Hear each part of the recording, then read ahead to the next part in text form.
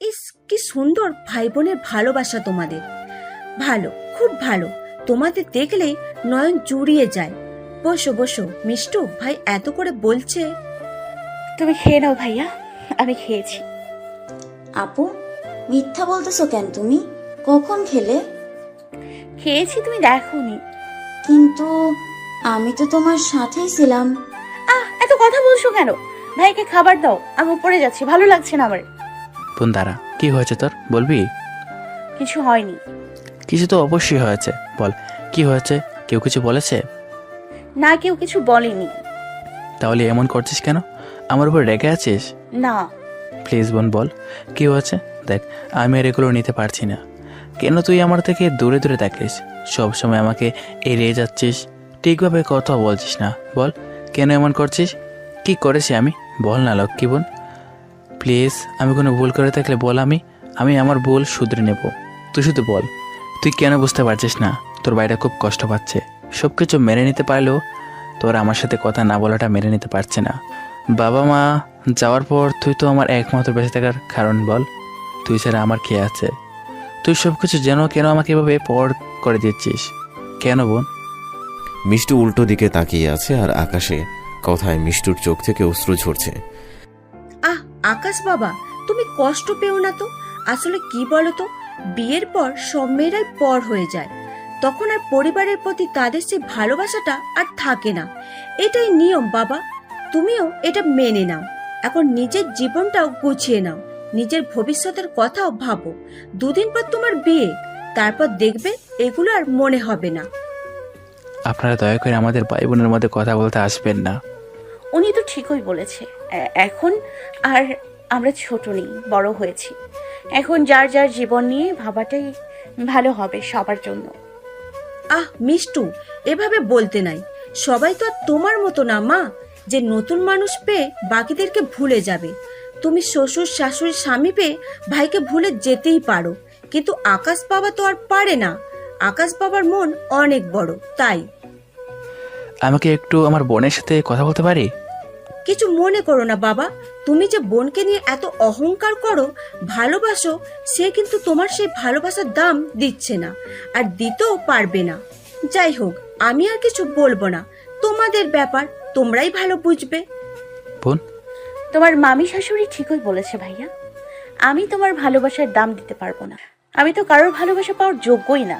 তাই বলছি, অপাত্রে কিছু দান করো না। নিজের ভালো কিছু পাগলেও বোঝে। বোন, এইভাবে কষ্ট দিচ্ছিস আমায়?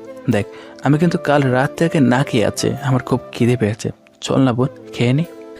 মিষ্টু মামির দিকে তাকাতে মামি ইশারায় না করে। তো তুমি খেয়ে নাও, আমি এখন খাবো না। ঠিক আছে, আমি তোকে আর জোর করবো না, তোর যা ইচ্ছা হয় কর। তোর আমাকে কষ্ট দিতে ভালো লাগছে তো ঠিক আছে, তোর যত ইচ্ছা হয় আমাকে কষ্ট দে। মনে রাখিস, আমি তোর বড় ভাই, জেদরা কিন্তু আমারও কম নেই। এরপর তুই যতক্ষণ না সত্যিটা বলে আমাকে খাইয়ে দিবি, ততক্ষণ আমি এক গ্লাস পানিও খাবাটা বলে দিলাম। আকাশ কথাগুলো বলে উপরে রুমে চলে যায়। মামি মুখ বাঁকা করে চলে যায় ওখান থেকে। ভাইয়া এমনটা করো না প্লিজ, তুমি অন্তত এমনটা করো না প্লিজ। আমি কি করবো এখন? আল্লাহ প্লিজ আমাকে সাহায্য করো প্লিজ। ফুলমণি, তুমি খাবার নিয়ে ভাইয়ার রুমে যাও। মিষ্টু গিয়ে ওর মামি, দুলাভাই, আপু সবাইকে একে একে আকাশের রুমে পাঠিয়ে দেয়। কিন্তু আকাশ জেদ ধরে বসে আছে, সে খাবে না। সবাইকে রুম থেকে বের করে দেয়। মিষ্টু মামিকে বলে রিয়া আপুকে ডেকে নিয়ে আসতে। রিয়া খাবার নিয়ে রুমে যায়। মিষ্টু দরজার বাইরে দাঁড়িয়ে দেখছে। রিয়া, খাবার নিয়ে চলে যাও। আমি বলেছি না খাবার না। কেন খাবে না? দেখো, বাড়িতে অনেক মেহমান এসেছে, মিষ্টুর শ্বশুরবাড়ির সবাই এসেছে। এখন যদি ওরা এসব কিছু শুনে কি ভাবে বললো তো? তোমরা কেউ আমাদের ভাই বোনের মধ্যে এসো না, তাহলে আর কেউ জানতে পারবে না। এটা বললে কি করে হবে? রিয়া প্লিজ যাও, এসব নিজেকে জড়িও না। যে বোন কখনো আমাকে বলেও কষ্ট দেয়নি, আমি কষ্ট পাবো বলে কখনো আমার কথার অবাধ্য হয়নি, সবসময় নিজের আগে আমার কথা ভাবে, সে হঠাৎ করে এমন ব্যবহার করছে, এর পেছনে নিশ্চয়ই কোনো কারণ আছে, আর সেটা আমাকে জানতেই হবে। আমি খুব ভালো করে জানি আমার বোন আমাকে দেওয়া কষ্ট চেয়ে ও বেশি কষ্ট পাচ্ছে। একবার যদি জানতে পারি এর পেছনে কে আছে, তাকে ধ্বংস করে দেব, সে যেই হোক না কেন। আকাশ তাকে কখনো ক্ষমা করবে না। কিন্তু তাই বলে এভাবে না খেয়ে থাকবে? থাকবো, যতক্ষণ না বোন আমার কাছে আসবে। আচ্ছা দেখো, এভাবে তো কোনো কিছুর সমাধান হতে পারে না। তাই না? প্লিজ তুমি একটু খেয়ে নাও, আমি মিষ্টুর সাথে কথা বলবো। ও নিশ্চয়ই আমার কাছে সব বলবে। প্লিজ ওর কাছে যাও, ওকে বলো কেন মান করছে। হয়তো আমাকে বলতে পারছে না, তোমাকে নিশ্চয়ই বলবে। প্লিজ যাও। আমি এখনই যাচ্ছি, তুমি খেয়ে নাও। তুমি যাও, ওর সাথে কথা বলে জানতে চেষ্টা করো। আমি বোনের সাথে খাবো, ও এখনো কিছু খায়নি। রিয়া আর কথা না বাড়িয়ে উঠে দাঁড়ায়। মিষ্টু তাড়াতাড়ি চোখ মুছে ওখান থেকে নিজের রুমে যায়। কাব্য ওর বাবা মার রুমে আছে, বাবার সাথে কথা বলছে, তাই রুম খালি। মিষ্টু তাড়াতাড়ি করে ফোন নিয়ে এটা ওটা দেখতে থাকে। রিয়া রুমে এসে মিষ্টুর পাশে বসে, আকাশ দরজার বাইরে দাঁড়িয়ে আছে। ওদের কথা শোনার জন্য মিষ্টু সেটা বুঝতে পেরেছে, তাই যতটা সম্ভব নিজেকে স্বাভাবিক রাখছে। মিষ্টু, হুম। কি হয়েছে তোর? আমার আবার কি হবে? কিছু না। তোর ভাই তোর জন্য না খেয়ে বসে আছে। কেন, আমি কি খেতে না করেছি নাকি? তুই জানিস তোর ভাই তোকে ছাড়া খাবে না। আজব, 2 দিন পর যে তোমার স্বামী হবে তাকে তুমি খেতে দিতে পারছো না, এখনো কি আমাকেই এসব করতে হবে? মিষ্টু, তুই এভাবে কথা বলছিস কেন? যে কিনা ভাইয়ের হাতের খাবার ছাড়া অন্য কারোর হাতে কখনো খায়নি। ভাইয়ের হাতে খাবার খাওয়ার জন্য কত রাত জেগে বসে থেকেছিস। অনেক সময় তো না খেয়েই ঘুমিয়ে গিয়েছিস অপেক্ষা করতে করতে। আর সব সময় মায়ের মতন করে ভাইয়ের জন্য রান্না করে বসে থেকেছিস। নিজে সব কিছু করেছিস ভাইয়ের খাবার নিয়ে, কখনো কোনো ভুল করিসনি তুই। সব সময় নিজে আগে ভাইয়ের কথা ভেবেছিস। মায়ের মতন ভাইকে যত্ন নিতি, বাবার মতো শাসন করতি। আকাশের পৃথিবী জুড়ে তো শুধু তুই। আর আজকে? আপু প্লিজ, এসব পুরনো কথা তুলো না তো। এখন আর আমরা ছোট নেই, বড় হয়েছি। এখন আমাদের উচিত যার যার জীবন নিয়ে চিন্তা করা। 2 দিন পর তুমি ভাইয়ার স্ত্রী হবে, আর এখন তোমার উচিত তোমার স্বামীর সব খেয়াল রাখার, আর তা না করে নিজের দায়িত্ব এড়িয়ে যেতে এগুলো বলতে এসছো। মিষ্টু, উফ, যাও তো এখান থেকে, বিরক্ত করো না। যাও গিয়ে নিজের হবু স্বামীর দায়িত্ব নাও।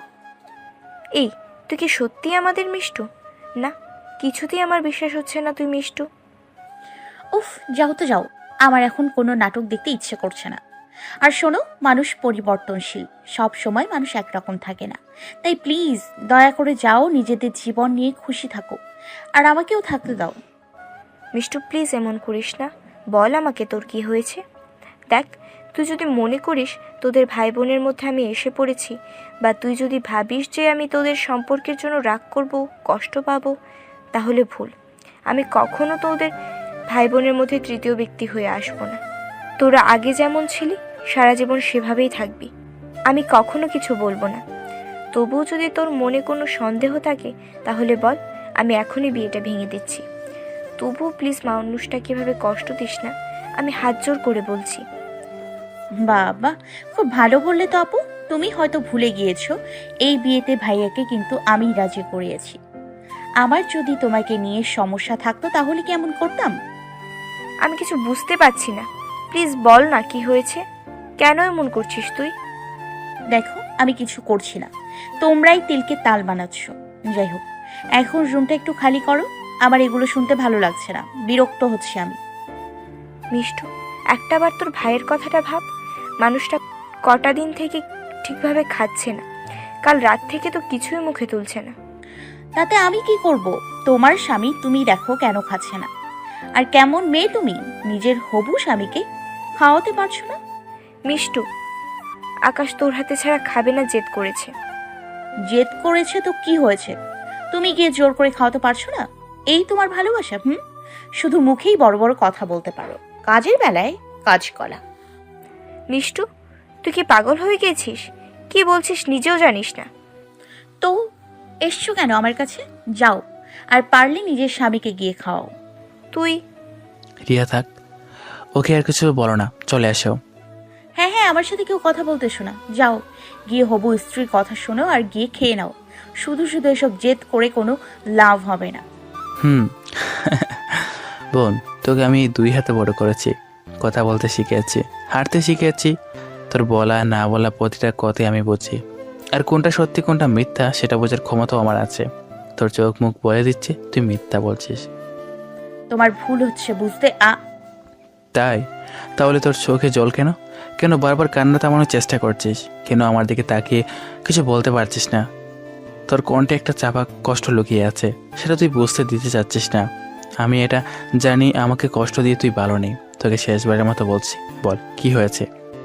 বললাম তো কিছু হয়নি, তোমরা একটু বেশি বুঝো। ঠিক আছে, আর বলবো না, কিন্তু একটা কথা মনে রাখিস, এরপর যদি আমি অন্য কারো থেকে আসল কারণটা জানতে পারি, এগুলির পেছনে অন্য কেউ আছে, তাহলে কিন্তু তাকে আমি শেষ করে দেবো, মনে রাখিস কথাটা। তখন কিন্তু আমি কারো কথা শুনবো না।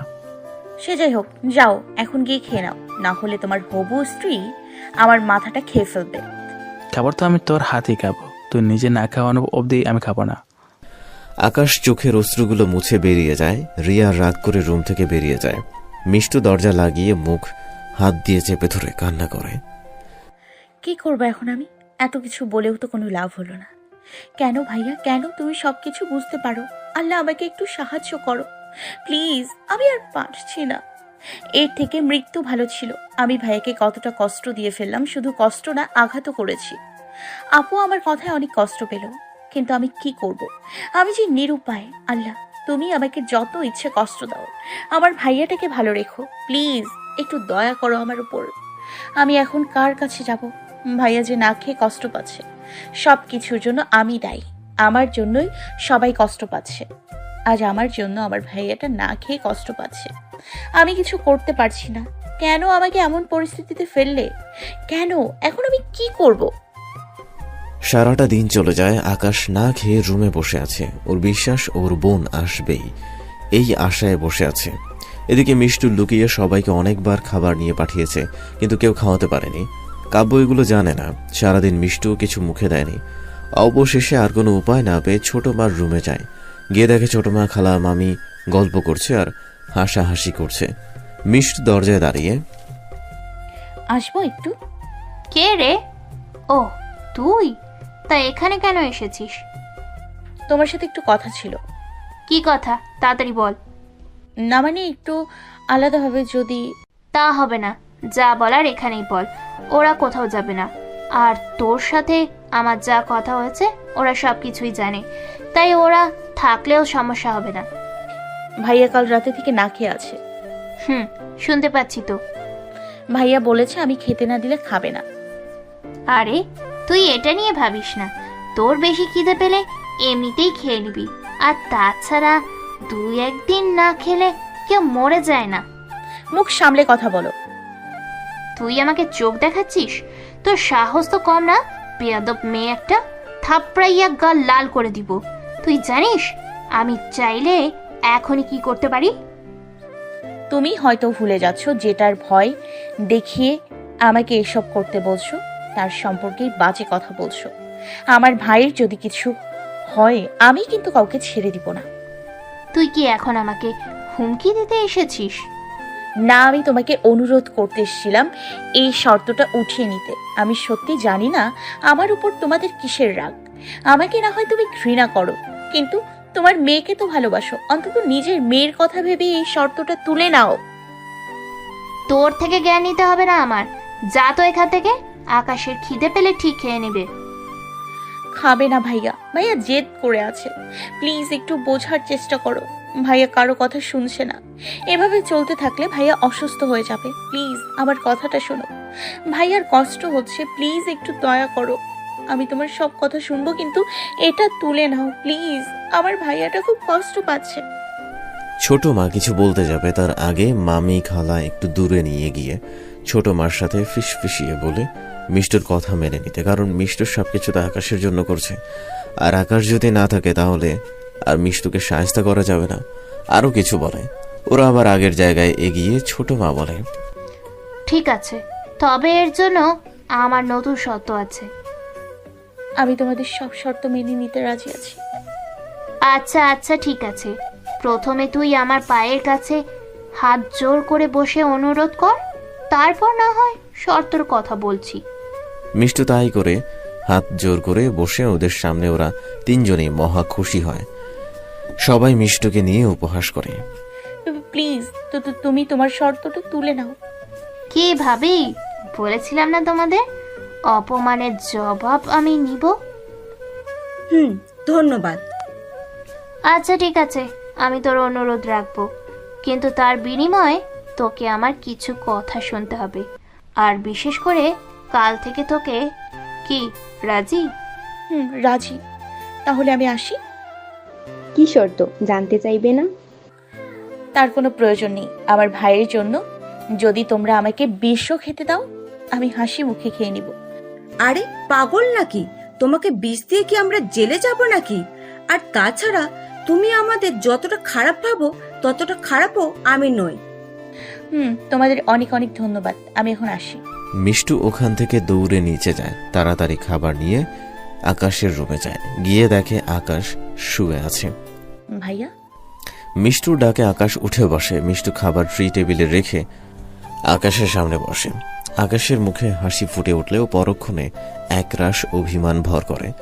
সরি ভাইয়া, দেখো আমি তোমার জন্য খাবার নিয়ে এসেছি, খেয়ে নাও। খেতে নেই। ভাইয়া খেয়ে নাও না প্লিজ। খাবো না আমি, যা এখান থেকে, বিরক্ত করিস না। সরি ভাইয়া, আর হবে না, প্লিজ খেয়ে নাও, আমি খাইয়ে দিচ্ছি। লাগবে না। ভাইয়া খেয়ে নাও, দেখো আমি কান ধরছি, আর এমন করে বলবো না, প্লিজ খেয়ে নাও প্লিজ। আমার ঘুম পাচ্ছে, লাইট অফ করে চলে যা। ভাইয়া প্লিজ এমন করো না, আমি তোমাকে কষ্ট দিয়েছি তো। তুমি আমাকে মারো বকো, তবু আর না খেয়ে থেকো না প্লিজ ভাইয়া, আমার কথাটা শোনো। আকাশ চুপচাপ বসে আছে অভিমান করে, চোখে পানি টলমল করছে। মিষ্টু চোখ মুছে হাত ধুয়ে খাবার আকাশের মুখের সামনে ধরে। ভাইয়া খেয়ে নাও প্লিজ। মিষ্টুর মুখের দিকে তাকিয়ে আর কিছু বলতে পারলো না। চুপচাপ হাঁ করে মিষ্টু হাসি মুখে আকাশকে খাইয়ে দেয়। বোন, কি হয়েছে বলবি না? খাওয়ার সময় কথা বলতে নেই, চুপচাপ খেয়ে নাও। তুই খেয়েছিস? হ্যাঁ। আজকাল আমার কাছে মিথ্যা বলাটাও শিখেছিস। ভাইয়া। তাক, আর কিছু বলতে হবে না, হা কর। মিষ্টু চুপচাপ আকাশের হাতে খেয়ে নেয়। মিষ্টুও আকাশকে খাইয়ে দেয়। দুজনের খাওয়া দাওয়া শেষ করে প্লেট নিয়ে চলে যেতে চাইলে। বোন, বললি না তো এসব করার কারণ? কি আবার? তুমি জানো না তোমার বোনের সব কটা তার ছেঁড়া, আর তার উপর মাঝে মাঝে তো ভূতও যাবে। ভাইয়া আসি, এত ভেবো না তো, যা হয় ভালোর জন্য হয়। মিষ্টুর রুম থেকে চলে আসে। আকাশের মিষ্টুর কথা মাথার উপর দিয়ে সব গেছে, তবে তার বোন যে একটা পাগল সেটা তো জানে। কখন কোন ভূত চাপে। আকাশ একটা দীর্ঘশ্বাস ফেলে, কিন্তু তবুও আকাশের মনে একটা সন্দেহ সৃষ্টি হয়। কিছু একটা ঘটনা তো আছে। মিষ্টি যতই এড়িয়ে যাক, আমার মতো ওকে ভালো কেউ চেনে না। বোন কখনো আমাকে এতটা কষ্ট দেখতে পারে না। যে বোন আমার সামান্য কষ্টে কেঁদে কেঁদে একাকার করে ফেলে, সে বোন আমি না খেয়ে আছি যেন সারা দিনে একটা বারও আসেনি। আর এখন হঠাৎ করে, আর তাছাড়াও ওর চোখ মুখ কেমন লাল লাল ফোলা ফোলা লাগছিল। তাহলে কি বোন? না, কিছু একটা কারণ আছে, কিন্তু কি সেটা?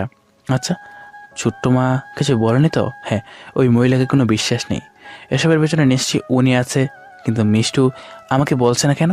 যাই হোক না কেন, এবার যদি আমি জানতে পারি ওই মহিলা আমার বোনকে কষ্ট দেওয়ার জন্য এসব করেছে, তাহলে আমার থেকে খারাপ আর কেউ হবে না। মিষ্টু নিজের রুমে যায়। এখন অনেকটা ভালো লাগছে, মনটা হালকা লাগছে। রুমে এসে দেখে কাব্য শুভ্র বিছানায় বসে দুষ্টুমি করছে। মিষ্টুকে দেখে দুজনেই গাল ফুলিয়ে বসে থাকে। মিষ্টু ওদের কাছে যায়। মিষ্টুর শরীরটা খুব দুর্বল লাগছে, সারাদিন না খেয়ে আর কান্না করে অবস্থা খারাপ করে ফেলেছে। তবুও শুকনো হাসি নিয়ে ওদের কাছে গিয়ে বসে। কি হলো, তোমরা চুপ হয়ে গেলে কেন? আমরা রাগ করেছি, তোমার সাথে কথা বলবো না, তোমার সাথে। তাই বুঝি? তা আমার অপরাধটা কি? তুমি আজ একবারও আমাদের সাথে ঠিকভাবে কথা বলোনি, তাই চাচ্ছ আর আমি রাগ করেছি। ও এই ব্যাপার, সরি বাবা, আমার ভুল হয়ে গেছে। তোমার কণ্ঠ এমন লাগছে কেন? কিছু না, এমনি। শুভ্র, এবার চলো বাবা, অনেক রাত হয়েছে, ঘুমাবে চলো। মিষ্টু, আসি ভাই। ভাবি এসে শুভ্রকে নিয়ে চলে যায়, আর কাব্য দরজা লাগিয়ে দিয়ে মিষ্টুর কাছে। কি হয়েছে তোমার? কিছু হয়নি আমার, খুব ঘুম পাচ্ছে, একটু ঘুমের খুব প্রয়োজন এখন, প্লিজ। মিষ্টুর চোখে মুখে ক্লান্তি দেখে কাব্য আর কিছু বলে না, চুপচাপ মিষ্টুকে বুকে নিয়েই ঘুমিয়ে যায়। সকালে সবাই বসে নিচে আড্ডা দিচ্ছে আর চা কফি খাচ্ছে, কিন্তু রিমি না খেয়ে বারবার সিঁড়ির দিকে তাকাচ্ছে। অনেকক্ষণ হয়ে যাচ্ছে, অথচ সায়ন এখনো নিচে আসছে না। তাই রিমি উঠে কফি নিয়ে সায়নের রুমে যায়। সায়ন তখন খালি গায়ে, শার্ট হাতে নেয় পরার জন্য। এর মধ্যে রিমি এসে সায়নকে দেখে চিৎকার করে, আপনার আল্লাহ! What the hell? সরি, আমি কিছুই দেখিনি। আমি তো আপনার জন্য কফি নিয়ে। তোমাকে কে বলছে আমার জন্য কফি নিয়ে আসতে? না মানে আসলে সকাল হয়েছে তো, অনেকক্ষণ আগে, আর সবাই নিচে বসে চা কফি খাচ্ছে কিন্তু আপনি জাননি, তাই তাই আমি ভাবলাম আপনার কফিটা দিয়ে যাই। নিচের দিকে তাকিয়ে আমতা আমতা করে বলে, তোমাকে এত বেশি ভাবতে কে বলেছে? লিসেন, আমাকে নিয়ে তোমাকে এত ভাবতে হবে না, বুঝছো? কেন ভাবতে পারি না? সায়নের চোখের দিকে তাকিয়ে এতক্ষণে সায়ন শার্ট পরে নিয়েছে। আমি এখন কফি খাবো না, সো কফি নিয়ে যাও এখান থেকে। আচ্ছা, আপনি এমন মেয়েদের মতো বিহেভ করছেন কেন বলুন তো? একটু না হয় খালি গায়ে না মানে শার্ট পরা অবস্থায় দেখিয়ে ফেলেছি, তাই বলে এভাবে কথা শোনাবেন? ইউ জাস্ট লিভ নাও। যাব না আমি। সমস্যা কি তোমার? সমস্যা আমার না, সমস্যা আপনার। কেন এমন করছেন আমার সাথে? হোয়াট? আপনি কি সত্যি বুঝতে পারছেন না? নিশ্চুপ। চুপ করে আছেন কেন বলুন, আপনি কি সত্যি কিছু বুঝতে পারছেন না? কি বুঝতে পারছি না আমি? ভালোবাসি আপনাকে, সত্যি খুব ভালোবেসে ফেলেছি, বিশ্বাস করুন। কি বলছো সব? মাথা ঠিক আছে তোমার? হ্যাঁ, আমি ঠিক আছি, আর সবকিছু বুঝিয়ে এই কথা বলছি। দেখো, পাগলামি করো না, আর এসব কথা মাথা থেকে জেরে ফেলো, এতে তোমারই ভালো। আর তুমি যেটাকে ভালোবাসা ভাবছো সেটা ভালোবাসা না, জাস্ট ভালো লাগা। না, এটা শুধু ভালো লাগা না, এটা ভালোবাসা। আমি আপনাকে সত্যিই ভালোবাসি। Just stop it. কয়েকদিন থেকে তোমার এসব সহ্য করছি, আর না, বেরিয়ে যাও আমার রুম থেকে।